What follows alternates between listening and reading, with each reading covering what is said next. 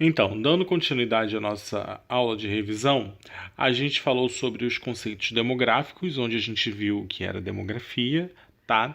Demografia nada mais seria do que uma área da ciência, da geografia, que realiza o estudo das populações.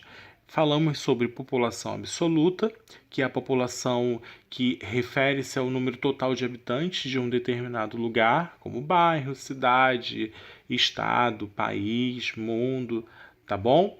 Falamos sobre população relativa, que é o conceito de população que vai relativar ou a densidade demográfica ou então a densidade populacional, né, que é um dos mais utilizados nos estudos acerca da dinâmica da população, tá? A gente falou sobre as taxas demográficas, que é a taxa de fecundidade e a taxa de natalidade e mortalidade.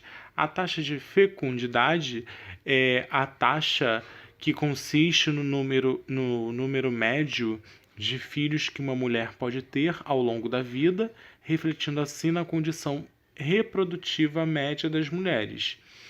A taxa de natalidade é a taxa que vai se referir ao número de nascimentos ocorrido durante o período de um ano em relação ao número de habitantes. E aí, para obter essa taxa, esse número, né, a taxa de natalidade, é necessário conhecermos o número de nascidos ocorridos em um determinado lugar no período de um ano e o número total de habitantes deste local. A gente tem também a taxa de mortalidade, que vai se referir o que? A relação entre o número de habitantes de um determinado local e o número de óbitos ocorrido no período de um ano. E aí, para obter essa taxa, é a mesma coisa da natalidade. A gente precisa conhecer o número de óbitos ocorrido naquele local. Aqui, no caso, na natalidade, a gente precisa saber dos nascidos, tá? Daquele lugar. A gente também falou sobre as pirâmides etárias, que eu já lancei, né, na outra aula, mas eu vou revisar aqui, que é um gráfico numérico quantitativo que vai expor a estrutura dos habitantes em área.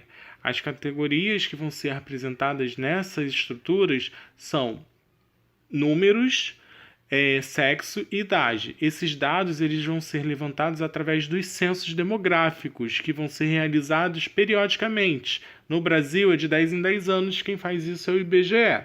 Tá? Uma pirâmide etária ela pode mostrar também um processo de transição demográfica, como a gente fala, né, das pirâmides rejuvenescida, envelhecida, tá bom? Que envolve a queda de número de nascimentos ou de mortes, tá? Então, se a taxa de mortalidade diminuir frente ao número da taxa de natalidade, vai ocorrer o quê? O crescimento o aumento do crescimento vegetativo.